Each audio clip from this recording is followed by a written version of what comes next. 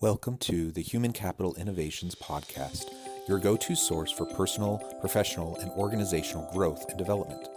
We hope you tune in often for all things people management, organizational development and change, organizational leadership, and social impact related.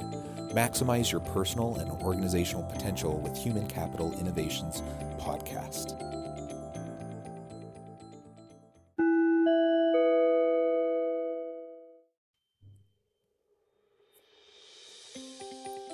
Welcome to the Human Capital Innovations Podcast. In this HCI podcast episode, I talk with Alex Kuhn about purpose-driven entrepreneurship and success DNA in supporting leaders.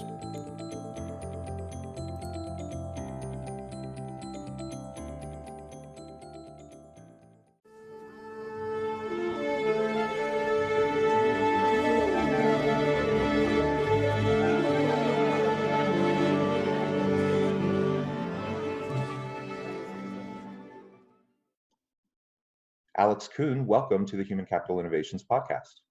Hey, thanks for having me, John. Really happy to be here.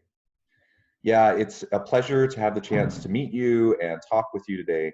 I'm really excited to have the chance to explore the topics of having a purpose-driven career and purpose-driven entrepreneurship, as well as the concept that you talk a lot about, success DNA, and how we can use that mindset in supporting leaders and our efforts as leaders. As we get started today, I want to begin by sharing a brief bio for Alex. Alex Kuhn, the founder of Born to Lead, helps coaches and purpose-driven entrepreneurs become high-impact, high-income leaders.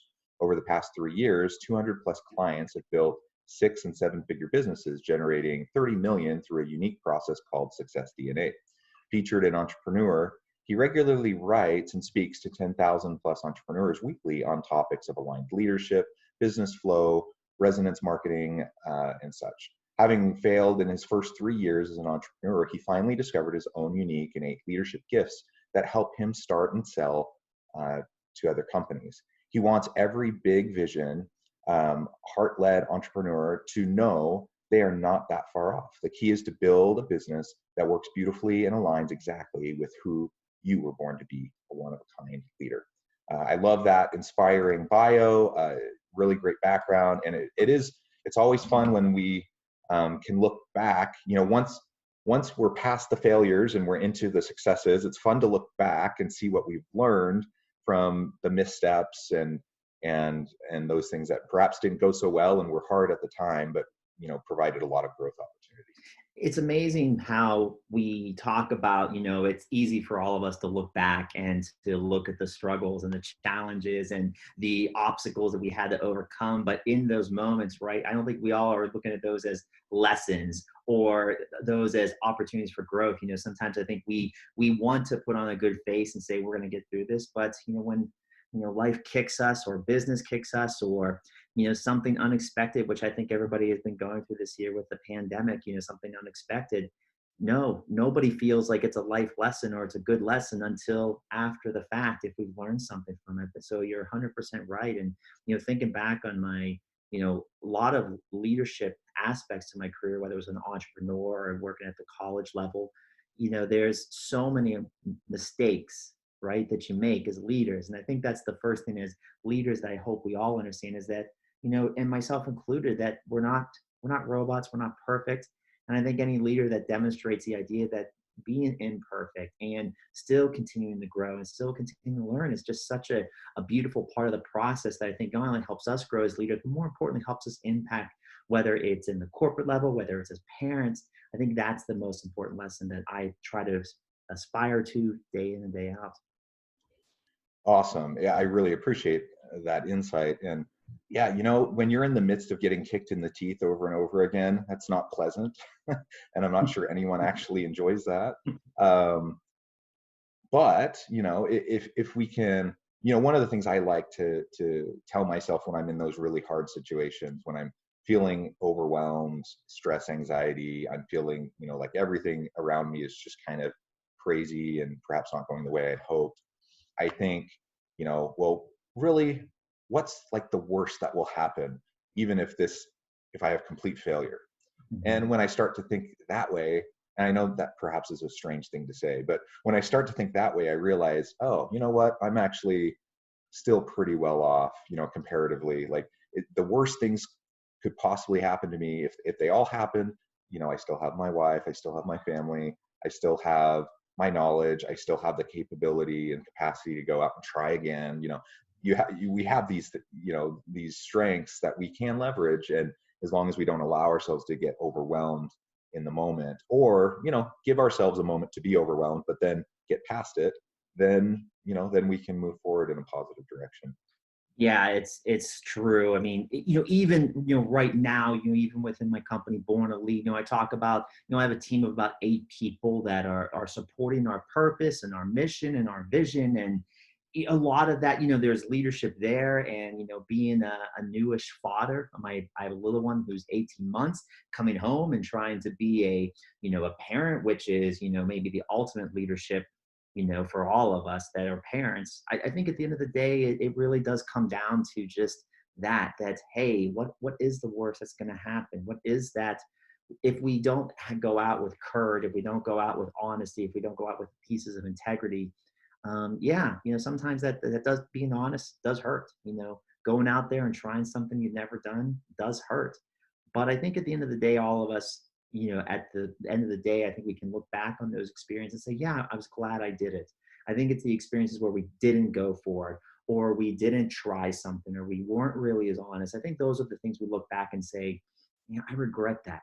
And I regret that. And I think that's always the hardest thing. When I talk to most of the leaders, and whether they're entrepreneurs or in the corporate level, a lot of times when I say, what do you regret? Or the first thing they usually say is like, I should have, we should have went for that client, or we should have, I really should have been honest with my employees. Those are the conversations that time and time again, when I have those private conversations, I ask and challenge them. I say, why don't you have those conversations with the people that you really need to have it, not with me as the coach, or not with me as the mentor, because those conversations are going to really help you get to the impact and get to the leadership level that I know you're aspiring to be.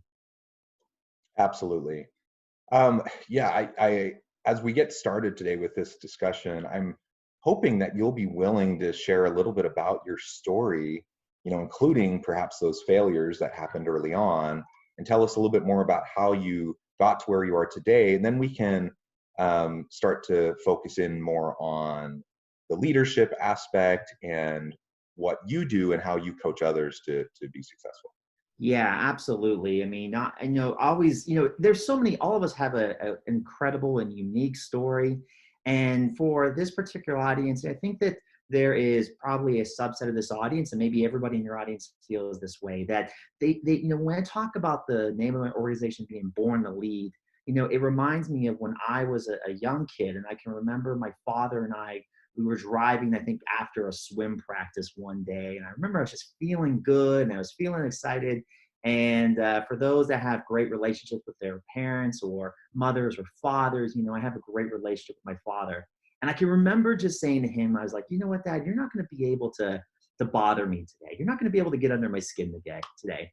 And, just kind of trying to get a rise out of my dad. And my dad said, I can say one thing, and that's going to get you so mad. And I said, nope, you can't do it. He's like, are you sure? And I said, go ahead, whatever, say anything you want. It's not going to get under my skin.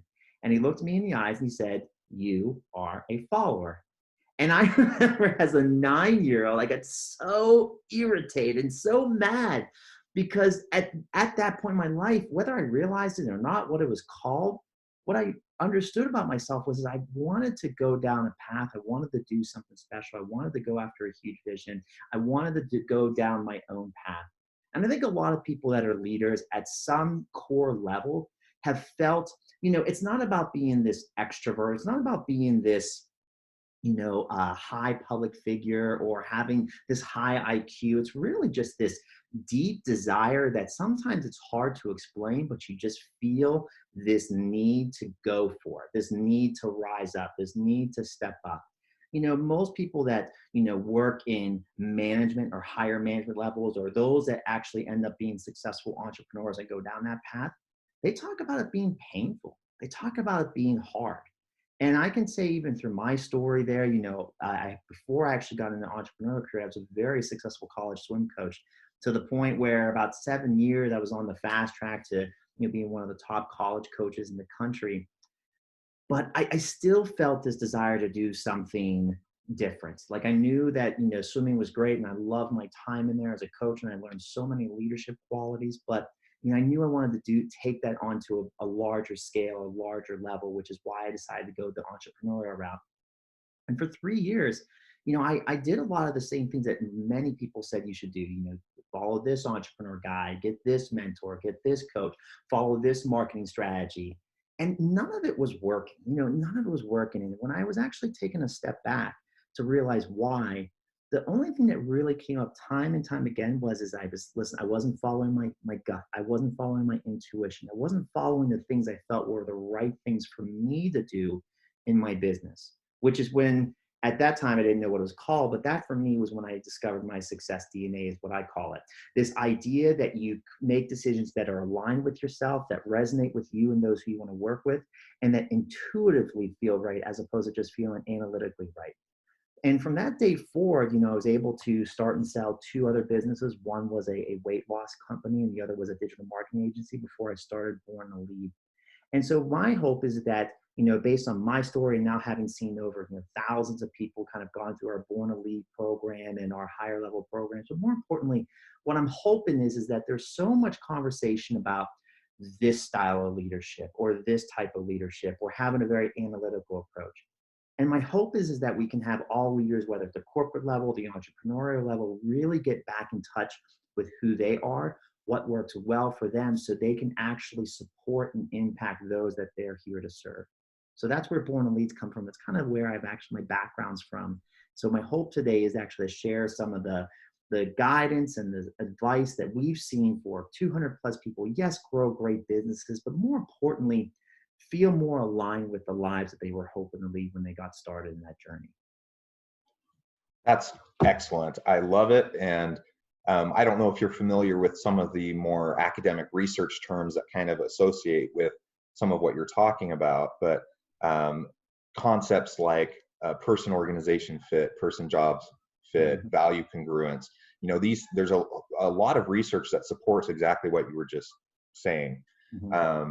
And of course we can't, if we're always only going by our gut, then we can potentially end up being unduly influenced by implicit bias and some of those sorts of things. But I know you're not suggesting that we ignore data, that we ignore the inputs that are out there, but we can't. Some people get so far on the other extreme that they forget to what are their core values and what do they feel is right for them. And even you have these mentors and you're following these gurus and you're in your first entrepreneurial endeavor, nothing's clicking, nothing's working. That doesn't mean the advice they were giving you was wrong, but when there's an incongruence between your style, your passion, your approach, what's natural and authentic for you, in an incongruence of that with what you're trying to do because other people are telling you this is the right way, of course that's not going to work, because it's just not sustainable. That entrepreneurship is passion driven, or successful entrepreneurship will be, because it's hard work and it takes vision and it takes perseverance. And if you're not feeling bought into your own approach because there's incongruence with your authentic self, then it's just not going to work. You're not going to have the staying power to make it work. So there's a lot of research to back up what you were just talking about, and I really do believe that that whether we're starting our own business or we're going the corporate route or whatever type of job that we find ourselves in, we have to find ways to be our authentic self in the workplace. We have to tap into our passion, and we have to have the courage to stay true to our values. And if the things that we prioritize as our highest values aren't consistent with either the approach other people are telling us to take or our employers' values or whatever, we should do ourselves the favor of getting out of that mindset and moving on. And it sounds like that's exactly what you did when you got out of that first failed entrepreneurial experience, and then you realize, yeah, I can drive my own success as long as I recognize what drives me, and I tap into my purpose, and I tap into my own values.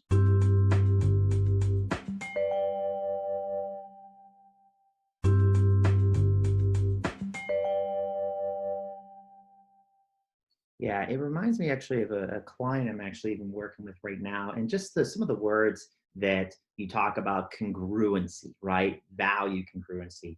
It reminds me of a client I'm working with, and it's a huge, huge mortgage company in Canada. And one of the reasons that they hired me, when all is said and done, is when we actually looked at their business. And I mean, it's a very successful business, but they also want to go to that next level. I mean, they want to grow. And it was clear to them, it was clear to us through our analysis and our assessment, that at the end of the day, that as much as we hear the word, especially in the leadership world, the words culture, right? We hear that time and time again. We need to work on our culture. We need to work on that. And what does that mean to an organization? And I think at the end of the day, most organizations, most businesses understand that at the end of the day, if they're going to invest in something such as a soft skill or soft topics such as culture, such as leadership, right? They don't talk about the tangibility. The one thing that you find time and time again is when an organization understands the direct impact it has on the key people, meaning the clients and the people that work in those organizations, and can actually tie the line to it.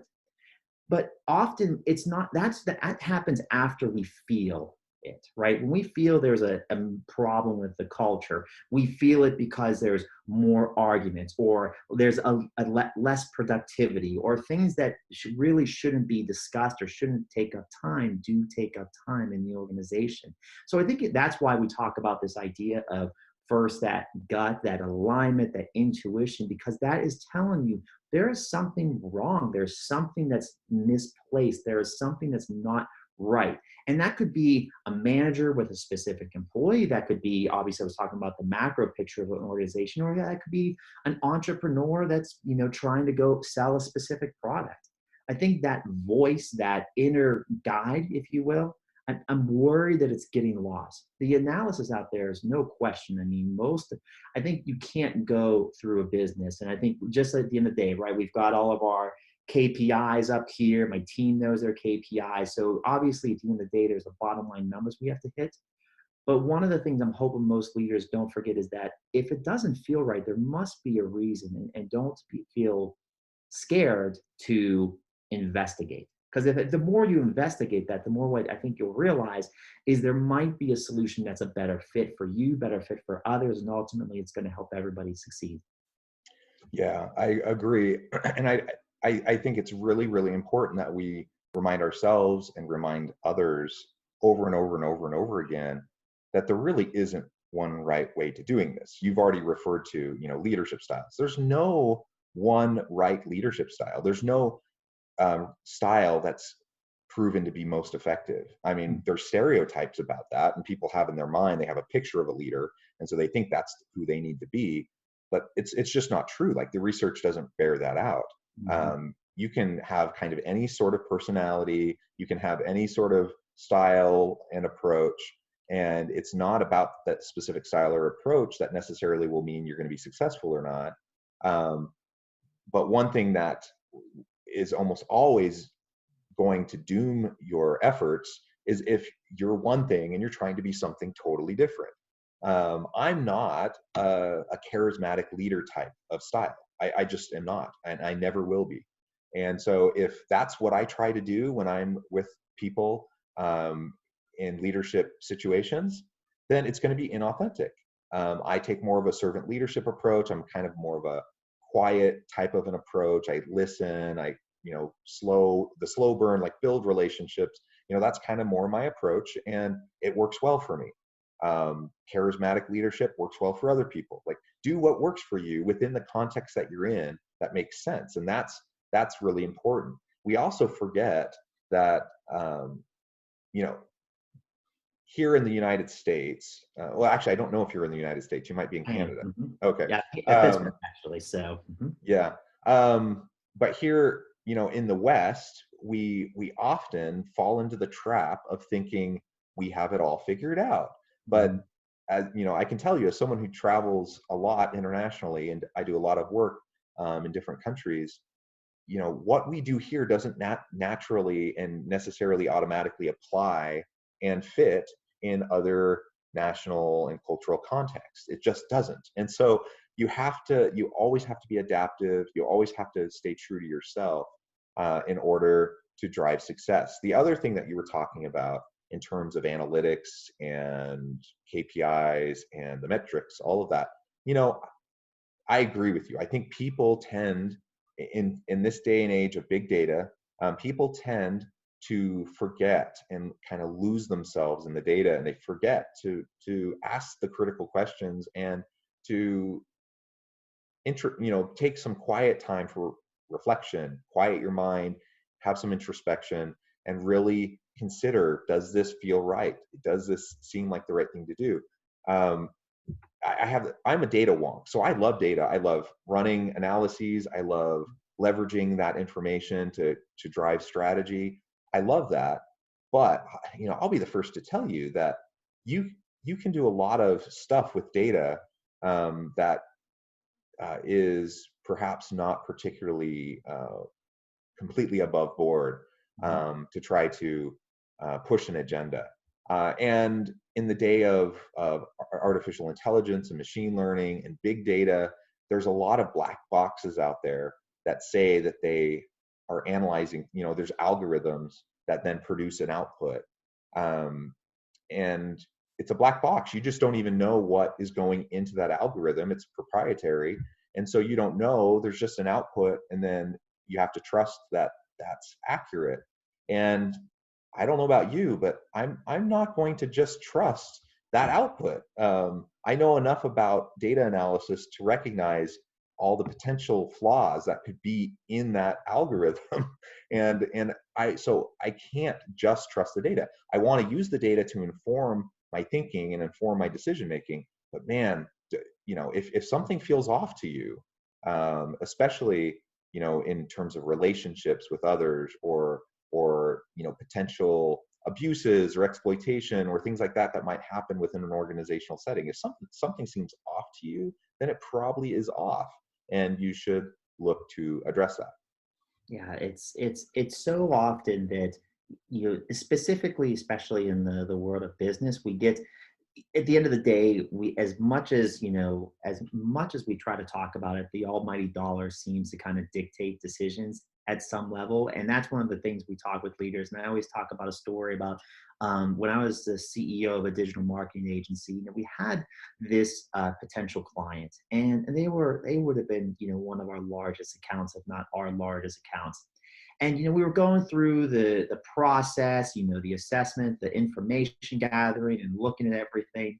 And I can remember just as a team, we were sitting there and going, "This would be a great account. We can easily help them." But there was just something about the individual that we were going to potentially work with that just didn't feel right. It did. I could tell it did. The person who was going to be in charge of that, the marketing manager who's going to be in charge of that account, it just didn't feel right.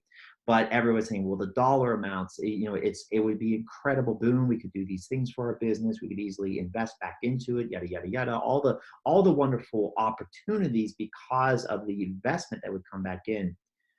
But at the end of the day, when we actually took on the client, it was definitely not a success, unfortunately. And the reason why is because we didn't listen to that gut, and understanding that the extra stress of working with a client that probably wasn't, we were not the right fit for them and what they were looking for. They needed they truthfully needed more of a Fortune 500 type of marketing agency rather than where we were at that day. But the reality is we didn't listen to that gut instinct. We didn't listen to that intuition. And sometimes I like to tell people it this way: is that at the end of the day, yes, you've got to make smart decisions. You got to make rational decisions in business, and that's probably was one of the things that I've had to grow as a leader. I'm a much more natural people person. I'm much more natural, motivating, inspiring. When I talk about success DNA, we have 4 different types, and in my world, I call it a motivator.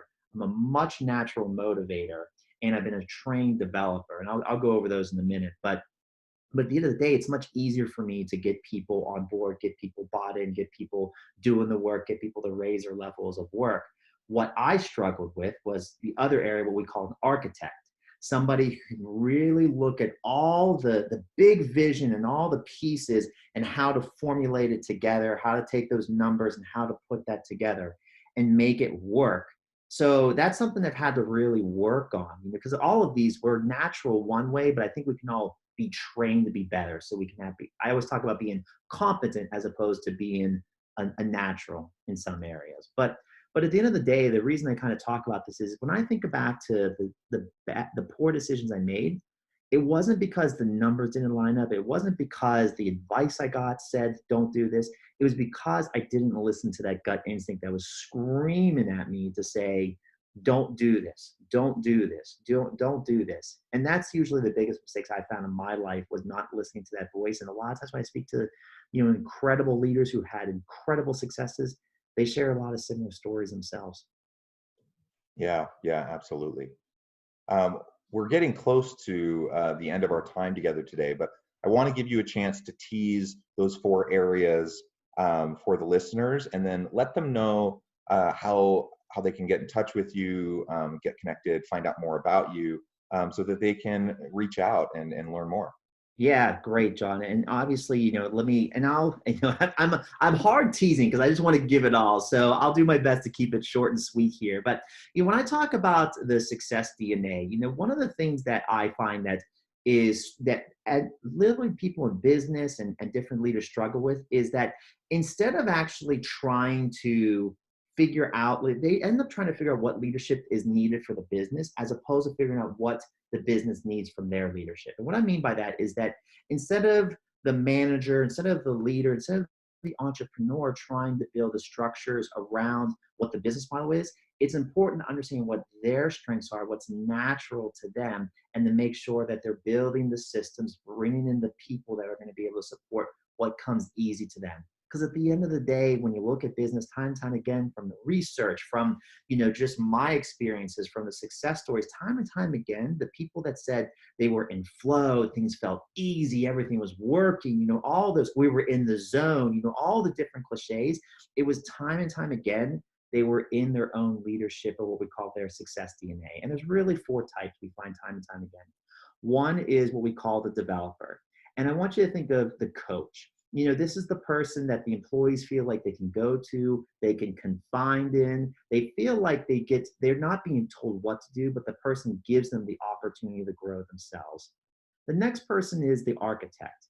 And the architect I've mentioned is kind of that they're very analytical, they look at everything and they want to put everything in a step-by-step formula. They're so good at taking the big vision. I'll talk about the 4th one in a second. They're so good at taking that big vision and put it into a sequence with the right people, the right steps, the right place at the right time to make sure it gets done and it succeeds. The third one is the motivator, which I kind of mentioned is my natural style. And this is the person that gets people to buy in. This is the person that you just go, sometimes we think of them as a natural salesman. They're the person that gets people to say yes. It's almost like you're after you talk with the person, you're saying, how did I say yes to that? Why did I say yes to that? I was going into this meeting saying, no, I don't want to do this. And afterwards, I'm excited to actually do this work. That's your motivator. And then finally, the 4th person is the visionary. And the visionary is the person who, while they typically struggle in the here and now, they're so great at both intuitively and analytically looking at the big picture and understanding where an organization or a team or a group needs to be in 3 years and 5 years and 10 years. We think of these as the Steve Jobs type personality. All of us have natural tendencies. While it's important to make sure you build your organization around what is natural to you, it's imperative to also find others that have those other characteristics, because no leader can do it themselves. They got to find the other leaders that kind of help them fulfill what they need for themselves. So the best way, if people are interested in learning more about these 4 subsets, their success DNA, we've got assessments on my website, which is Alex-Kuhn. And I know my last name is not the easiest to spell. It's KUHN.com. Again, Alex-Kuhn.com. And if you're a social media person, I'm on Instagram, which you can find. If you basically type in Alex Kuhn on Instagram, you can find me there. I'm posting daily on there. I'm on all the other social media platforms there. But just don't get me wrong, if you ever DM me or email me, know that my team and I will get back to you usually within one business day, and we'll be happy to chat with you and learn more about where you are and where you want to go with your leadership. Awesome. Thank you, Alex. I appreciate you teasing that. I'm intrigued and I want to find out more. And I hope my listeners will reach out, get connected, and learn more about those four aspects and those four elements. And it's been a real pleasure talking with you today, just about your experiences, your successes, the insights that you've learned along the way, and the insights that you've shared with all of us. I really appreciate it. I hope everyone will take to heart what you said about listening to our inner self and being authentic in our leadership approach and in our work with other people. And I hope everyone stays healthy and safe, and that you all have a great week.